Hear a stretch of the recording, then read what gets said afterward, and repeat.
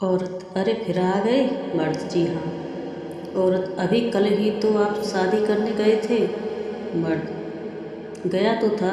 औरत: तो फिर? मर्द: तो फिर? औरत: मतलब यह है कि आपकी दुल्हन साहिबा कहाँ है? मर्द: तुम तो सचमुच चाहती हो कि मेरी ज़िंदगी बर्बाद हो जाए।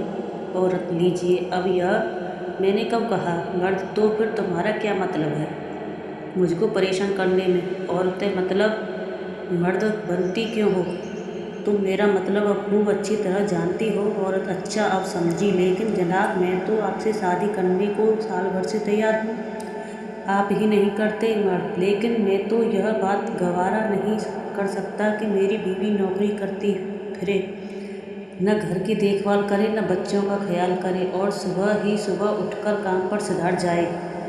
औरत: आप भी वो सुबह उठकर काम पर सिधार जाएंगे तो मैं घर सारा दिन क्या मक्खियाँ मारा करूँगी? मर्द: घर में कुछ काम होता है या नहीं, आखिर घर की देखभाल? औरत: आप दफ्तर जाएं और मैं घर का कोना कोना झाँकती फिरूं। मर्द: मैंने यह कब कहा, आखिर घर में भी तो काम होता है। औरत: जैसे? मर्द: भाई यही घर की देखभाल, आखिर हमारी माएँ भी तो घर की देखभाल करती थी या नहीं?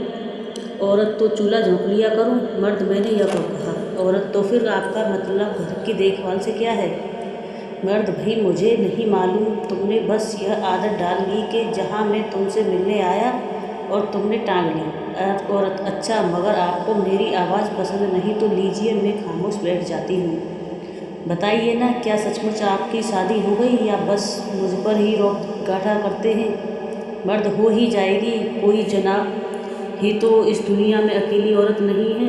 आपको मेरी इतनी फिक्र क्यों है? औरत: इसलिए कि मुझको बेइंतहा मोहब्बत है। मर्द: जी हाँ मोहब्बत है, मोहब्बत होती तो साल से क्यों जिद किए बैठी रहती और इस तरह परेशान करती, नौकरी नहीं छोड़ेगी।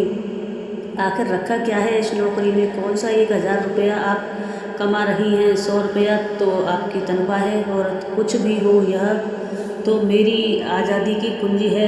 मर्द: अर्थात आपकी आज़ादी की जान इन्हीं 100 रुपयों में है। औरत: 100 हो या 200 इससे बहस नहीं, आज़ादी की जान तो अपने पैरों पर खुद खड़े होने में है। यानी आपको मेरा जरा भी विश्वास नहीं और आप सोचती हैं कि मैं आपको रुपया नहीं दूंगा।